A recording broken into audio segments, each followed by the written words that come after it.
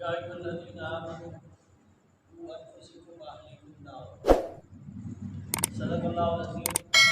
सदक़ रसूलुल नबीयुल करीमुल अमीन। सलातु वस्सलामु अलैका या सय्यदी या रसूलल्लाह। सलातु वस्सलामु अलैका या सय्यदी या हबीबल्लाह। सलातु वस्सलामु अलैका या सय्यदी या नबीयल्लाह। व अला आलिका व अस्हाबिका या ख़ातमन नबिय्यीन।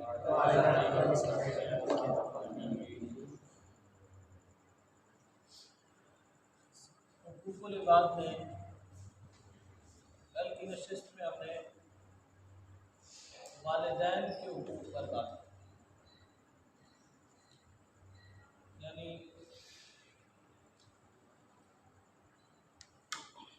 अल्लाह रब्बुल इज़्ज़त के बाद रूए ज़मीन पर इंसानों में जो सबसे पहला हक है वो हक है माँ बाप। ये बात कल ज़िम्नन अर्ज़ कर दी थी कि जिस तरीके से बच्चों पर ये लाजिम है कि वो माँ बाप का हक अदा करें, इसी तरीके से माँ बाप पर भी ये बात लाजिम है कि वो औलाद के हुकूक अदा करें। तो चंद एक बातें औलाद के हुकूक पर। सूरह तहरीम 28वें पारे में आयत नंबर 6 में अल्लाह ताला ने अहले ईमान को मुखातब करते हुए फरमाया, या अय्युहल्लज़ीना आमनू, ऐ ईमान वालो, अपने अहल व अयाल को जहन्नुम की आग से महफूज रखो। अहल व अयाल में बीवी और बच्चे दोनों शामिल होते हैं। अल्लाह ताला का कुरान में बिलखुसूस औलाद को नेकी की तरफ राग़िब करना, औलाद को जहन्नुम से महफूज रखना, औलाद को अल्लाह की ज़ात को राज़ी किस तरह करना है, ये सारी चीज़ें सिखाना ये माँ बाप की जिम्मेदारी है। कल हमने वालिदैन के हुकूक पर ये बात की थी कि परवरिश और तरबियत ये वालिदैन की अव्वलीन जिम्मेदारी है। बच्चों के लिए खाने पीने और रहने का इंतज़ाम करना ये भी माँ बाप की जिम्मेदारी है। यानी औलाद का ये माँ बाप पर हक है कि माँ बाप बच्चे के खाने पीने और उसके रहने का इंतज़ाम और इंतज़ाम करें। माशरे के बारे में तरबियत करना ये भी माँ बाप की जिम्मेदारी है कि वो माँ बाप अपने बच्चे को माशरे में अच्छा क्या है और बुरा क्या है, ये तरबियत भी माँ बाप ने करनी है। हमारे माशरे का एक अलमिया है कि औलाद हमेशा वही काम करती है जो घर में माँ बाप होते हैं। अगर माँ बाप घर में नमाजी होंगे तो औलाद खुद ब खुद नमाज की तरफ आ जाए। माँ बाप नमाज से दूर हुए तो औलाद के लिए भी नमाज की तरफ आना मुश्किल हो जाता है। अब हमारा अलमिया ये है कि जब बच्चा बहुत छोटा होता है, 2, 4, 5 साल का, तो जब तो हम उसे उठा के मस्जिद ले आते हैं, लेकिन जब वो मस्जिद में आने के काबिल होता है, जब हम उन्हें उनके हाल पे छोड़ देते हैं। हालांकि ऐसा करना नहीं चाहिए।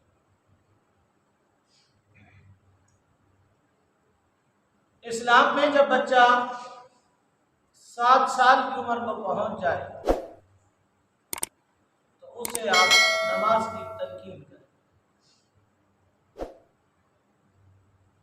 3 साल तक इस्लाम कहता है उसे मुसलसल तलकीन करें, और अगर 10 साल की उम्र तक वो नमाज की तरफ नहीं आया तो फिर इस्लाम कहता है सख्ती करो, यानी उसे सख्ती से मस्जिद लेकर। हज़रत अनस बिन मालिक रज़ी अल्लाह तआला अन्हु से रिवायत बयान की है, अपनी औलाद के साथ उसने सलूक करो और उन्हें अच्छे आदाब सिखाओ। एक मरतबा हुजूर अलैहिस्सलातु वस्सलाम हसन बिन अली यानी इमाम हसन मुश्तबा, ये हुजूर अलैहिस्सलातु वस्सलाम की लख्त जिगर सैयदा कौनैन मखदूमा कायनात सैयदा फातिमा ज़हरा सलामुल्लाहि अलैहा के साहबजादे मौला कायनात अली मुर्तज़ा शेर खुदा के साहबजादे हुजूर नबी पाक साहिब सल्लल्लाहु अलैहि वसल्लम ने हसन बिन अली को कंधे पर बिठाया हुआ था और दूसरे कंधे पर उसामा बिन जैद। उसामा बिन जैद हुजूर अलैहिस्सलातु वस्सलाम के गुलाम हजरत जैद बिन हारिस के बेटे थे। यानी हुजूर ने जिस अंदाज में अपनी बेटी के बेटे को कंधों पर बिठाया, इसी तरीके से अपने गुलाम के बेटे को भी कंधों पर बिठाया। अकरा बिन हाबिस तमीमी, ये सहाबी रसूल है, ये भी उसी मजलिस में, उसी महफिल में मौजूद थे। उन्होंने जब यह अमल देखा तो अर्ज करने लगे, या रसूल अल्लाह, आप बच्चों से इस कदर प्यार करते हैं और ये तो आपकी बेटी की औलाद और आपके गुलाम की औलाद है, हमने तो कभी अपनी औलाद से इस तरीके से प्यार नहीं किया। हुजूर नबी करीम अलैहिस्सलातु वस्सलाम ने यहाँ बच्चों से फिर मोहब्बत और शफकत की ताकीद करना। हजरत मुआविया बिन सुफियान यानी हजरत अमीर मुआविया रज़ी अल्लाह तआला अन्हु से रिवायत है, नबी करीम अलैहिस्सलातु वस्सलाम ने फरमाया, जिसके यहाँ कोई बच्चा हो वो उसकी अच्छी तरबियत करे। यानी तरबियत के माँ बाप नहीं करते। अमूमन हम घर में बैठे होते हैं ना और दरवाज़ा बज जाता है, हम आने वाले से मिलना नहीं चाह रहे होते, तो हम बच्चे को कहते हैं कि उन्हें कह दो कि हम घर पे नहीं। ऐसा आपको लगता है कि आपने उस शख्स से जान छुड़ाई, बज़ाहिर आपको ऐसा लगता है, लेकिन दर हकीकत आपने अपने बच्चे की तरबियत गलत कर दी।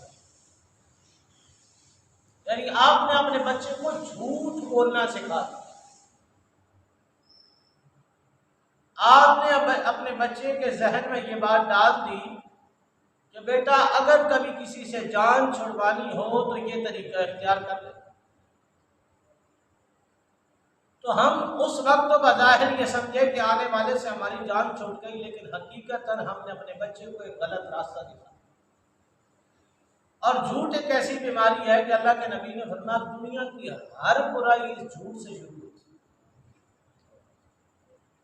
यानी झूठ हर बुराई की जड़ है।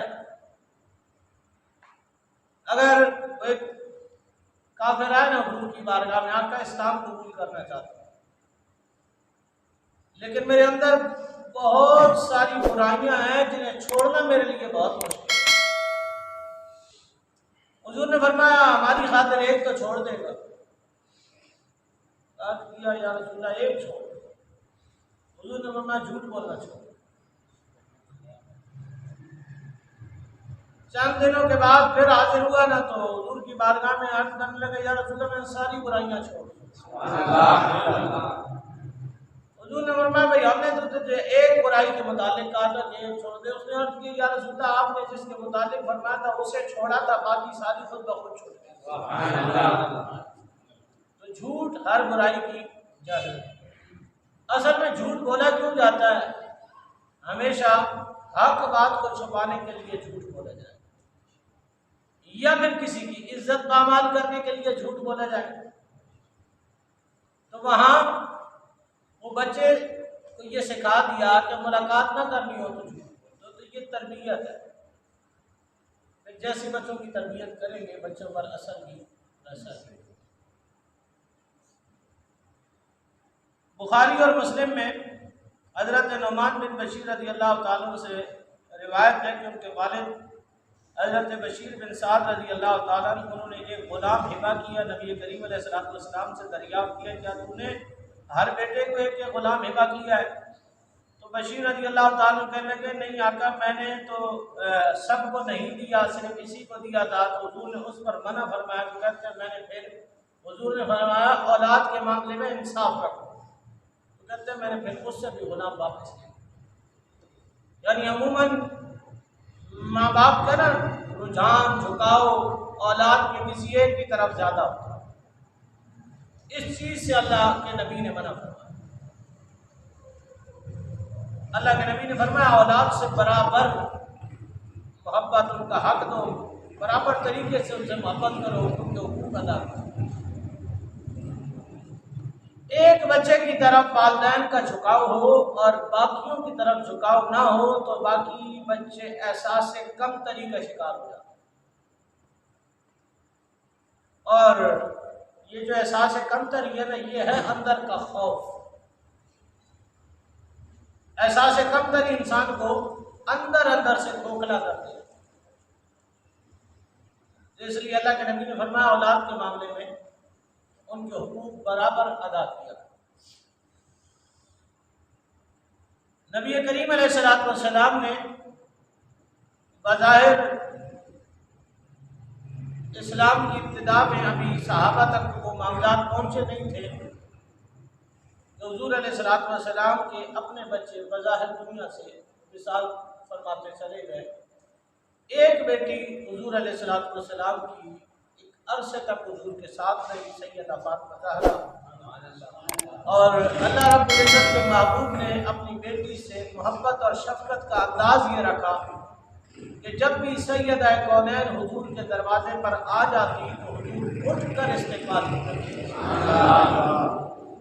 हुजूर अपनी जगह से खड़े हो जाते और अपनी बेटी को उस मकाम और मसनद पर बिठाया करते। आज बच्चियों को जहेज देने के बाद हम ये समझते हैं कि उनका अब हमारे घर में हक खत्म हो गया। अल्लाह ने विरासत में भी बेटियों का हक रखा। तो जिस तरीके से हुकूक बेटों को दिए जाते हैं, इस तरीके से हुकूक बेटियों को देना भी इस्लाम में लाज़िम। यानी आप किसी का हक मार नहीं सकते, खा नहीं सकते, वरना अल्लाह की बारगाह में इस पर भी आपकी पकड़ हो सकती है।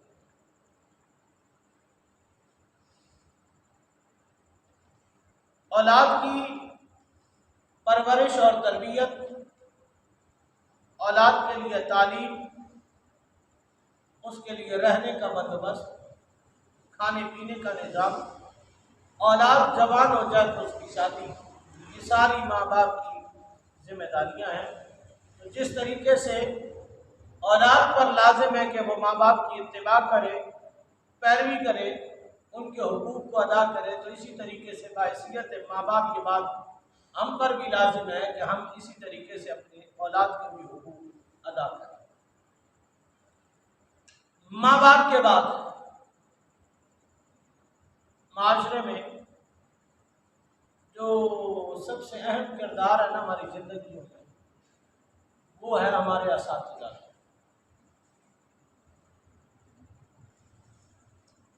हमें ज़िंदगी के दर्स सिखाने वाले,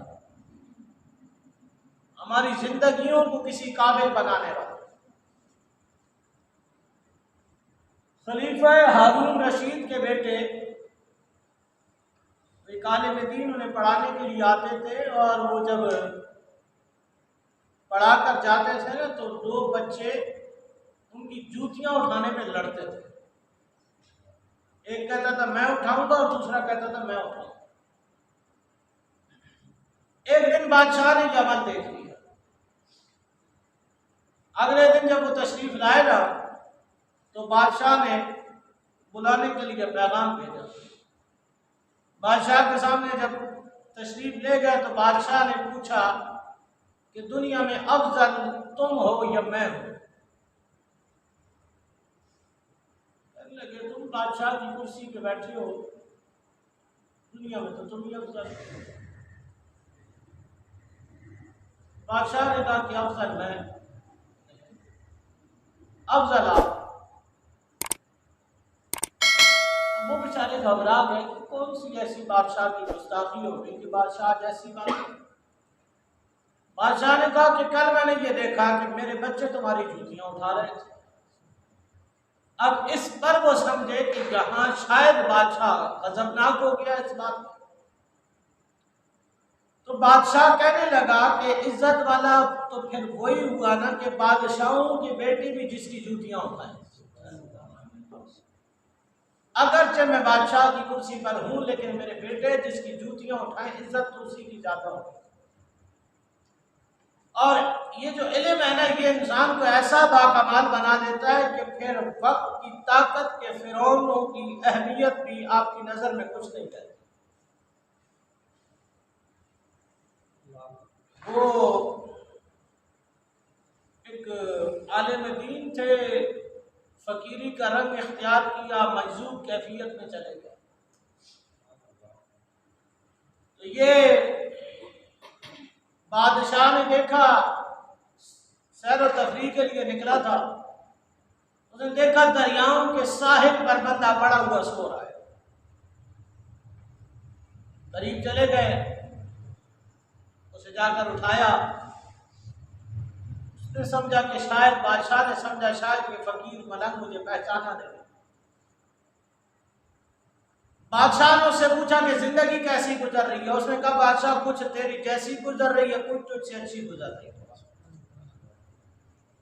कुछ जिंदगी तेरी जैसी गुजर रही है और कुछ तुझसे भी अच्छी गुजर रही है। उसने कहा शायद तूने मुझे पहचाना नहीं। कहा पहचान लिया, वक्त का बादशाह तू ही नहीं है। कहा जब मुझे पहचान लिया तो फिर तेरी और मेरी जिंदगी बराबर कैसे? तू यहाँ रेत पे सो रहा है और मैं आली शान महलों के अंदर मखमल के बिस्तरों पे सोता हूँ, तो तेरी और मेरी जिंदगी बराबर कैसे? मेरी जिंदगी तो तुझसे बहुत आला है और फिर तू कह रहा है कि मुझसे भी बेहतर जिंदगी जीता है, तो ये कैसे मुमकिन है? अब इल्म था ना, उसने बादशाह के सामने झुकने नहीं दिया। और इल्म हमेशा उस्तादों से हासिल होता है। और इस फकीर, इस दाना का, इस शख्स का जो उस्ताद था वो बैलो दाना था, जो जमीन पर बैठकर अल्लाह की जन्नत बेचा था। उसने कहा कि बादशाह बात यह है कि चाहे तू मखमल के बिस्तर पे सो और मैं रेत के बिस्तर पर, सोने के बाद न तुझे दुनिया की खबर होती है न मुझे दुनिया की खबर होती है, तो फिर तेरी मेरी जिंदगी तो एक जैसी होती है। क्योंकि बंदा मखमल के बिस्तर पे सोए या रेत के टीलों पर सोए, जब सो जाता है तो उसे खबर तो नहीं होती। तो कहा ये बादशाह तेरी और मेरी जैसी गुजर। उसने कहा हाँ, जब मैंने कहा कि तुझसे अच्छी गुजर रही है तो इस बात का क्या मतलब है? कहा इस बात का मतलब ये है कि जब आधी रात गुजर जाती है, तू बिस्तर पे सोया रहता है, मैं उठकर रब के लिए मुसल्ले पे आ जाता हूँ, वो तुझसे अच्छी गुजर रही है। तो ये इल्म ही इंसान को इतना बाकमाल बनाता है और इल्म हासिल होता है उस्तादों के। अल्लाह के नबी ने फरमाया दुनिया में तुम्हारे 3 बाप, एक वो जो तुझे अदम से वजूद मिला है यानी हकीकी बाप, अल्लाह के नबी ने फरमाया दूसरा वो जिसने तुम्हें अपनी बेटी निकाह में दे दी, और तीसरा वो जिसने तुम्हें इल्म पढ़ा दिया। अब उस्ताद तो दुनिया में इल्म सबको बराबर ही देता है। उस्ताद की हैसियत होती है बारिश की मानत। जैसे बारिश बरसती है ना, सारी जमीन को सैराब करती है। अब आगे फर्क तो जमीन का है ना कि कई जमीन सरसब्ज होती है, कई बंजर होती है।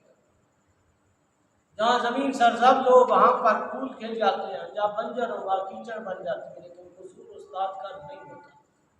अगर हम अपनी जिंदगियों में कामयाब नहीं होते ना तो हम उस्तादों का अदब छोड़ देते हैं।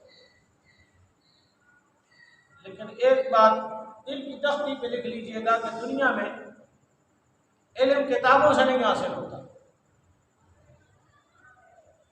दुनिया में इल्म उस्तादों से हासिल होता। किताबों से कोई इल्म नहीं मिलता। बच्चा 10 साल स्कूल पढ़ता है, बाप की जिंदगी का आधा सरमाया लगाकर वो मैट्रिक कर लेता है, लेकिन फिर भी उसे आगे किताबें पढ़ने के लिए अब भी उस्तादों की ज़रूरत है कि आप तक उसे पढ़ना नहीं आया, घर बैठ के पढ़ ले। उस्तादों की अब क्या ज़रूरत है? तो इल्म किताबों से नहीं आता, इल्म उस्तादों से आता। इमाम आज़म अबू हनीफा, बच्चे खेल रहे थे, आप एक मकाम पर तशरीफ फरमा थे, थोड़ी देर में उठ के खड़े हो जाते, फिर बैठ जाते, फिर उठ के खड़े हो जाते, फिर बैठ जाते। लोगों ने पूछा ये क्या है? और वो जो बच्चे खेल रहे ना, उनमें एक मेरे उस्ताद का बेटा, वो जब इस तरफ आता है ना गेंद उठाने के लिए, तो मैं उस्ताद के बच्चे को देख के खड़ा हो जाता हूँ। वो जाता है तो फिर बैठ जाता हूँ, फिर आ जाता है, फिर खड़ा हो जाता है। लोगों ने जब बच्चों में देखा ना तो पूछा हुजूर कौन सा? इशारा किया, कहा ये तो एक भंगी का बेटा है। इमाम आज़म ने फरमाया हाँ वो मेरा उस्ताद है। भंगी आपका उस्ताद? कहा हाँ, मुझसे किसी ने एक मसला पूछा था, मैं उसके बारे में नहीं जानता था, और इसका बाप वहां खड़ा था, उसने कहा जी मैं बता दूं। का मसला क्या था? कहा मुझसे किसी ने पूछा था ये कुत्ता बालिग कब होता है, तो मैं नहीं जानता था। उसने मुझे बताया कि जब ये टांग उठा के पेशाब करना शुरू कर दे तो ये बालिग होता है। कहा ये एक मसले की बात इसके बाप ने मुझे सिखाई थी, वो मेरा उस्ताद। और मौला कायनात अली मुर्तजा शेर खुदा ताइदार हालत मुराद को कबा फरमाते हैं कि अगर मुझे किसी ने एक हर्फ भी पढ़ा तो वो मेरा उस्ताद, और मौला कायनात अली मुर्तजा उसका भी अदब किया करते थे। आपकी जिंदगियों में बचपन से आपके साथ न जाने कितने ऐसे गुजरे होंगे जो तालीम की दुनिया के बेताज बादशाह थे, लेकिन उस्तादों का अदब नहीं था। उस्तादों का अदब ना होने की वजह से आज दुनिया में वो कहीं रेडियां लगाकर और कहीं फुटपाथों में जिंदगी गुजार रहे। बहुत से ऐसे भी देखे होंगे जो पढ़ते तो नहीं थे लेकिन अदब करते थे, आज दुनिया में बुलंद मकाम पर। माँ बाप के बाद वाहिद हस्ती है असातिज़ा जो आपकी कामयाबी में खुश होते हैं। यानी हमेशा उस्ताद की ये ख्वाहिश होती है कि मेरे पास जो कुछ भी है मैं वो अपने तालिब इल्मों को अता करता हूं। क्यों कि दुनिया में जहां जहां शागिर्द का नाम बुलंद होगा वहां खुद ब खुद उस्ताद का नाम बुलंद होता चलेगा। क्योंकि उस तक जो अच्छा फिर ना हम जिंदगियों में बहुत आगे बढ़ जाते हैं, हम PhD मास्टर की डिग्रियां PhD होल्डर बन जाते हैं। फिर वो जो हमारे बचपन के उस्ताद थे ना, हम उनको एक कम नजर की हैसियत से देखते हैं कि हम इनसे ज्यादा पढ़े लिखे हैं। आप जितने भी पढ़े लिखे हो जाए, पर वो जिसने आपको अलिफ और बे पढ़ना सिखाया था ना, आप उसके बराबर नहीं हो सकते। यकीनन जिन्होंने आपने तालीम की इब्तिदा की थी, वो सरकारी स्कूल में था, वहां उसने गिनती पढ़ना शुरू की थी, अलिफ बे पढ़ना शुरू की थी। वो पढ़ाने वाला आज भी उसी मकाम पर ही है, लेकिन ये इतनी तालीम हासिल करके दुनिया के बुलंदतरीन मकाम पर पहुंच गया। लेकिन आप पर यह बात आज भी लाज़िम है कि उसका इसी तरीके से अदब करो जिस तरीके से बचपन में तुम अपने उस्ताद का अदब किया करते थे। तो ये उस्ताद ही है माशरे में जो हमारी कामयाबी का जरिया है। माँ बाप इंसान को सिर्फ अदब से वजूद में लेकर आते हैं, यानी माँ बाप इंसान को जमीन पर लेकर आते हैं, उस्ताद इंसान को जमीन से उठाकर आसमानों तक पहुंचा देते हैं। ये किरदार भी माशरे में उस्ताद के जरिए ही माशरे में ये सारे मकाम और मर्तबे मिलते हैं। फिर सहाबा इकराम रज़ियल्लाहु तआला अलैहिम अजमईन आपकी हयात तय्यबा पर अगर नजर डालें तो सहाबा ने कभी भी जिनसे इल्म हासिल किया उनके सामने कभी सहाबा ने निगाहें बुलंद की। बाद दफा ऐसा होता है कि उस्ताद यानी ज़बान तालीम में हमने सख्ती कर रहा था, उस्ताद की बात अगर गलत भी हो तो हमें फिर भी उससे बहस करने की इजाजत है, क्योंकि माँ बाप की फर्माबरदारी और नाफरमानी का पैमाना कल हमने पढ़ा था। लेकिन असातिज़ा का मकाम और मर्तबा जब इंसान उसे समझ ले तो फिर वालिदैन से भी मर्तबा बुलंद हो जाता है, क्योंकि माशरे में आपकी कामयाबी, आपके किरदार, आपकी सीरत को संवारने में जो सबसे अहम तरीन किरदार है वो आपके असातिज़ा का। इसी तरीके से माशरे के अंदर पड़ोसी, यानी ये सारे लोग हैं जिनके हमने हुकूक अदा किए।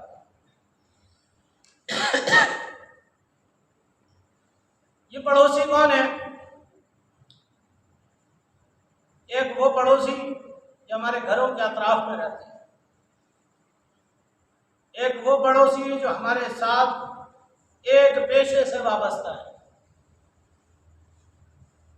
या फिर वो जो ज़माने तालीम में हमारे साथ पढ़ा करते थे। ये सब पड़ोसियों में शुमार होते हैं। अहले ख़ानदान, रिश्तेदार, अजीज़ व अक़ारिब आपकी खुशी और गम में बाद में काम आते हैं, उनसे पहले आपके पड़ोसी काम आते हैं। यानी घर में कोई तकलीफ पहुंच गई तो अजीज़ व अक़ारिब, रिश्तेदार तो अब पहुंचेंगे जब इत्तला मिलेगी और सफ़र तय होगा तो, लेकिन सबसे पहले जो आपके शाना बशाना खड़ा होगा वो आपके पड़ोसी। जब लोगों के मकान कच्चे थे और घरों में सादगियां थी तो घरों के दरवाजे नहीं होते, क्योंकि लोग भी सच्चे थे और पड़ोस में हुकूकों का ख्याल इस तरीके से रखा जाता था कि अगर किसी के घर में मैयत हो जाए तो उसके घर का इंतजाम और इंतजाम पूरे महल्ले के सपोर्ट हो जाता था। सादा दौर था, लोगों के पास पैसा नहीं था, लेकिन कोई अपने घर से एक थाल के अंदर गंदम भर के ला रहा है, कोई आटा भर के ला रहा है, कोई दालें भर के ला रहा है कि ये सब मुसीबत में है कि इसे लोगों के सामने शर्मिंदगी हो। लोग अपने घरों से रोटियां पका पका के घरों में ला रहे होते।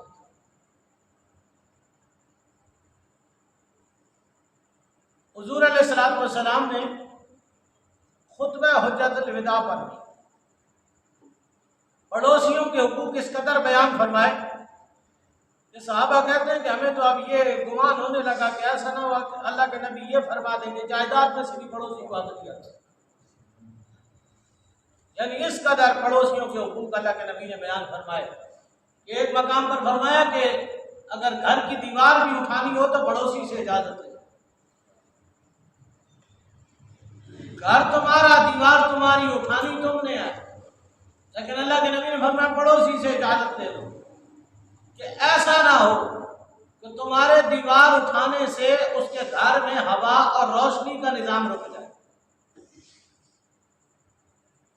और तुम्हारी वजह से वो तकलीफ में आ जाए। फिर वो कल भी बात मैंने अर्ज की थी, हुजूर की बारगाह में दो औरतों का जिक्र हुआ, एक जो ताजुद गुजार भी है, मुत्तकी परहेजगार भी है, 5 वक्त नमाज भी है, कुरान की तिलावत भी है। साहबा ने अर्ज किया या रसूल अल्लाह सारे अमाल अच्छे हैं पर पड़ोसियों को बड़ा तंग करती है, उन्होंने फरमाया जानती है। तो दूसरी औरत का जिक्र हुआ कि सिर्फ फर्ज अदा करती है, कोई लंबे चौड़े नवाफिल और कसरत से जो है वो खैरात की तकसीम भी नहीं है, लेकिन पड़ोसियों के साथ मामला बहुत अच्छा है। हुजूर ने फरमाया वो जन्नती है। यानी दुनिया में शिर्क के बाद अगर कोई दूसरा गुनाह है तो वो है किसी इंसान का दिल। वो हुजूर ख्वाजा मोइनुद्दीन चिश्ती अजनबी रहमतुल्लाह तआला अलैह के बारे में आता है कि आपने एक इलाके में क़याम फरमाया कुछ दिनों के लिए। तो रमज़ान का महीना था, उस महल्ले में ना एक हिंदू औरत रहती थी और बड़ी नरम दिल थी। उसने अपने घर में कुछ बनाया, अपने बच्चे को प्लेट में डाल के दिया और कहा वो जो बाबा आएगा ना जो खेमा लगा के बैठा, जाओ उसे दे के जब तक वो खा ना ले वापस नहीं खा।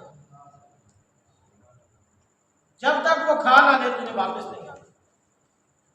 चलो जा कर दिया, दोपहर का वक्त था, अब मन में एक तरफ रख दिया। उसने कहा नहीं जी आप खाएं। कहा बेटा रख दो मैं खा लूंगा।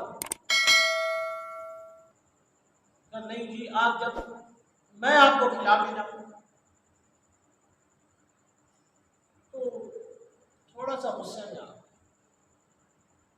कभी से क्या कहूं मेरा रोजा, ये बच्चा क्या समझा रोजा क्या होता है।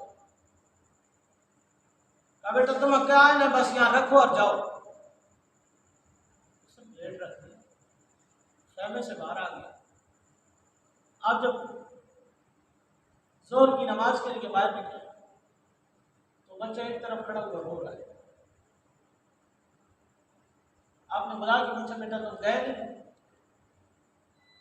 कहा आप खा लेंगे तो चला जाओ। क्योंकि माँ ने कहा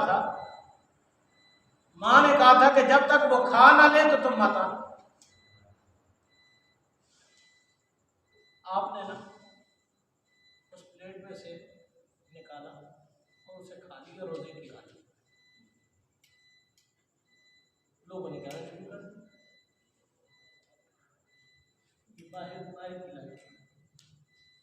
लोगों ने कहना शुरू कर दिया कि आपने रोजा तोड़ दिया। मामला बढ़ता चला गया, सूफी दरवेश बना फिरा है और रोजा तोड़ दिया। मामला मुफ्तियान किराम की बारगाह में चले। आपने कहा कि भाई बंदा तो मुत्तकी है, पूछ तो लो सबक क्या है। तो कहा जी आप रोजे की हालत में थे और आपने रोजा तोड़ दिया। ख्वाजा मोइनुद्दीन चिश्ती अजमेरी फरमाने लगे मजबूरी थी। ऐसी क्या मजबूरी थी? अब गुजर चुका था, ऐसी क्या मजबूरी थी? का बात यह थी कि नहीं खाता तो जिसका दिल टूट रहा था। अगर नहीं खाता तो किसी का दिल टूट रहा था। रोजा तोड़ने का तो इस्लाम में कफारा मौजूद है ना, पर दिल तोड़ने का तो कोई कफारा नहीं। रोजा तोड़ दिया ना, कफारा अदा कर दो। रोजी रखने ना आगे 2 महीने, अल्लाह वालों के लिए क्या बात है। का उसका कफारा अदा कर दूंगा, पर इसका दिल टूट जाता ना तो फिर उसका कफारा नहीं अदा हो सकता। इसलिए इस चीज का नाम है दीन इस्लाम। यानी जिस तरीके से इस्लाम ने इबादत के मामलात को बयान किया, इस तरीके से इस्लाम ने इंसानों के हुकूक को भी मद्देनजर रखा। और दुनिया में इस्लाम से ज्यादा हसीन मजहब कोई नहीं। एक साहबी ना हुजूर की बारगाह में आया, यूं कपड़ा डाला हुआ था, हाथ नीचे था, आकर पूछने लगा या रसूलल्लाह आप जानते हैं मेरे हाथ में क्या है? हुजूर ने फरमाया तेरे हाथ में चिड़िया के बच्चे। या रसूलल्लाह आपको कैसे पता मेरे हाथ में चिड़िया के बच्चे? हुजूर ने फरमाया जिसके बच्चे लेकर आए ना वो माँ ऊपर दीवार पे बैठ के फरियाद कर रही है। कहा कि ये तो मैं बहुत दूर से लेकर आया। हुजूर ने फरमाया जब तूने घोंसले से निकाले थे ना तो इसने तेरे सर पे उड़ना शुरू कर दिया था। जब तेरा रुख मदीने की जानिब हुआ ना तो इसे भी तसल्ली हो गई, इसे भी तसल्ली हुई। अब यहां तू मेरी बारगाह में देने के लिए हाजिर हुआ, वो फरियाद लेकर आ गई, वो लेने के लिए हाजिर हो। तो ये दीन इस्लाम है। यानी दीन इस्लाम परिंदों के, जानवरों के हुकूक का भी ख्याल रखता है। हुजूर अलैहिस्सलाम जंगल से गुजर रहे थे ना कि वो जाल के नीचे हिरन फंसा हुआ था। उसने हुजूर की बारगाह में फरियाद की कि या रसूलल्लाह मेरे पहाड़ के पीछे 2 छोटे छोटे बच्चे हैं, आप मुझे इजाजत दे दें, मुझे शिकारी के जाल से निजात दिलवा दें, मैं बच्चों को दूध पिला के वापस आ जाऊं। हुजूर ने पूछा कितनी देर में? आका बस इतनी देर में, मैं ये सूरज ढलने से पहले मैं आ जाऊं। हुजूर ना उसी जाल के अंदर अपना पैर मुबारक रख कर हुजूर भाई खड़े। यहूदी आया, कहा यहाँ जाल के नीचे मेरा हिरन था। हुजूर ने फरमाया मैंने उसे आजाद किया। वो गजबनाक हो गया, लड़ने झगड़ने लगे। हुजूर ने फरमाया तसल्ली रख, वापस आ जाएगा। एक मेरा नुकसान कर दिया, फिर अजीब बात कर रहे हो, कभी ये भी निकल के वापस आए। अब वो अभी बहस चल ही रही थी। माँ वो हिरन अपने बच्चों के पास पहुंचा ना, तो वो उनसे कलाम करता है कि मेरे बच्चों, आज आखिरी मर्तबा तुम्हें दूध देने के लिए आई हूँ, दूध पियो और फिर उसके बाद अल्लाह तुम्हारा वारिस होगा। मैं किसी शिकारी के शिकार में आ गई हूँ, मैं दोबारा वापस नहीं आ सकता। तो बच्चे पूछते हैं जब तू शिकारी के शिकार में आ गई थी तो आई कैसे? कहा बस वो एक मेहरबान था, एक हसीन चेहरे वाला मेहरबान आया, मैंने उसकी बारगाह में फरियाद की, उसने मेरी फरियाद को सुन लिया, बस उसी को जामिन बनाकर मैं यहाँ तुम्हें दूध पिलाने आई। बच्चों ने कहा माँ जिसे जामिन बनाया है हमें भी उसका दीदार नहीं कराती, चल हमें भी साथ ले चलना। अब वो यहूदी हुजूर से कह रहा वो नहीं आएगा। हुजूर फरमा रहे वो हिरन वापस आएगा। ये बात चल रही है, सामने हिरन आ गया। हुजूर ने फरमाया अच्छा तू एक और आता, सामने 3 चल गया। वो दोनों बच्चे ना दौड़ते दौड़ते हुजूर के कदमों पर आकर बोस के लेने लगे। हिरन ने अपना सर झुका दिया हुजूर की बात। काफिर था ना, वो कहने लगा कि यार हम इतने नादान हैं कि जानवर तो इसे मान गए, हमने अभी तक नहीं माना। तो वो हिरन का किरदार देखकर मुसलमान, यानी हम उस दीन इस्लाम के मानने वाले हैं कि जिसमें अल्लाह का हक तो हमने अदा करना ही है, लेकिन साथ बंदों के हुकूक भी अदा, और बंदों के हुकूक अदा करने के लिए हमें अपना किरदार बेहतर बनाना। एक बंदा दीन की तबलीग के लिए जा रहा था ना, उसने पूछा मुझे कोई ऐसी बात बता कि बस मैं लोगों को बताऊं और लोग दीन की तरफ आ जाए, बस मैं जैसे बात करूं तो लोग मुतवज्जो होकर मेरी बात सुनने लग जाए। बंदा भी बड़ा दाना था, उसने कहा कि कोशिश करना कि तुम्हें बोलना ही ना पड़े। बात कर रहा हूं, मैं दीन की तबलीग करने जा रहा हूं, बोलूंगा नहीं तो वो आएंगे कैसे? का बात यह है कि जिस दीन की बात करने जा रहा है कोशिश करना कि तुझे उसके लिए बोलना ना पड़े। अब बोलूंगा नहीं तो काम नहीं होगा। कहा हाँ बोलना ना पड़े, तेरा अमल ही लोगों को मुसलमान होने पे मजबूर है। ये दीन इस्लाम जिसमें हर शख्स के हुकूक को बयान किया। कल हमारी इसी सिलसिले की इब्तिदाई नशिस्त है। कोशिश कीजिएगा कि तमाम हज़रात कल की नशिस्त में शामिल हो जाएं, क्योंकि आपके जो फॉर्म वगैरह भरे गए हैं उस पर आपने अपने दस्तखत भी करने होंगे, और इंशाअल्लाह कल की नशिस्त में इससे पहले आपसे अर्ज़ किया था कि सर्टिफिकेट आपको 12 शबानुल मुअज़्ज़म कोर्स मुबारक की तकलीफ में दिए जाएंगे, लेकिन उस वक्त जब ये कोर्स शुरू करने जा रहे थे तो उस वक्त जहन ये था कि ज़्यादा से ज़्यादा हैदराबाद में 20-25 मसाजिद के अंदर ये काम हो सकेगा। मुख्तसर लोग होंगे तो उन्हें वहाँ ये सिलसिला हो जाएगा, लेकिन अल्हम्दुलिल्लाह ये सिलसिला कम और बेश 120 मसाजिद में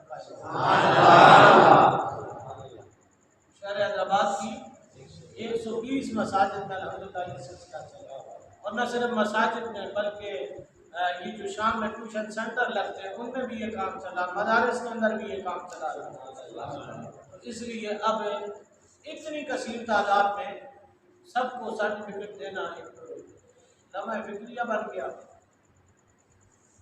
जाहिर है उसके अपने मामलात वहाँ पर उलमा के खिताबात दूर दराज से उलमा मशाइख तशरीफ लाते हैं, एक सिलसिला होता है।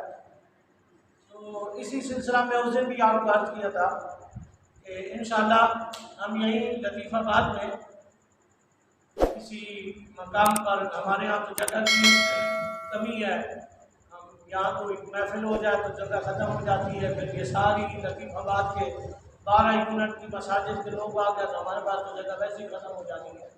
तो ये ऊपर हमारी शाह कॉलोनी में जामिया महमूदिया बिलाल ईदगाह है, ये कर्ज दराज से यहाँ की नमतीयों की खिदमत का सिलसिला चलता रहा है। अब यहाँ मस्जिद ईदगाह कायम है, मदरसा तो ख़त्म हो गया लेकिन ईदगाह कायम है। अब वहाँ सिर्फ नाजरा के कुछ तलबा कुछ पुराने बाकी उसका वरना किसी दौर में यहाँ पर कश्मीर तक के लोग आकर जो है वो तालीम हासिल किया करते थे। साउथ अफ्रीका तक के जो है लोग यहाँ पर तालीम हासिल करते थे। इतनी कदीमी दीनी दर्सगाह है और हमें भी सारा ये फैजान इसी दर्सगाह करता है। तो वहाँ पर भी मरकज़ी मस्जिद है, उम्मीद है कि वहाँ पर हम ये सिलसिला रख लेंगे। फिर 6 नंबर में गोल मस्जिद है, वहाँ भी ये सिलसिला चल रहा है अल्हम्दुलिल्लाह। तो 12 खुदाफिज गोल पर सिद्दीक़ अकबर मस्जिद है।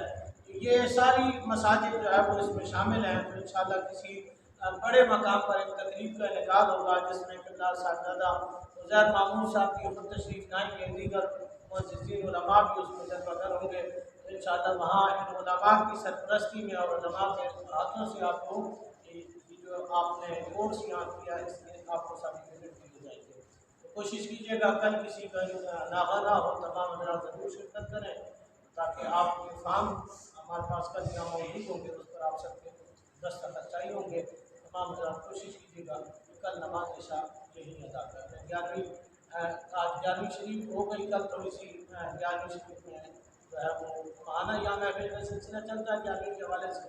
तो कल इस नशिस्त के बाद मुख्तसर सी महफिल भी सजा लेंगे। तो आप हज़रात कोशिश कीजिएगा कि जो साथी आपके साथ इब्तिदा में आ रहे थे आप मौजूद नहीं है, कल उन्हें भी लेकर आए और तमाम हज़रात का नमाज इशा यही अदा करवाएँ। अस्सलाम वालेकुम।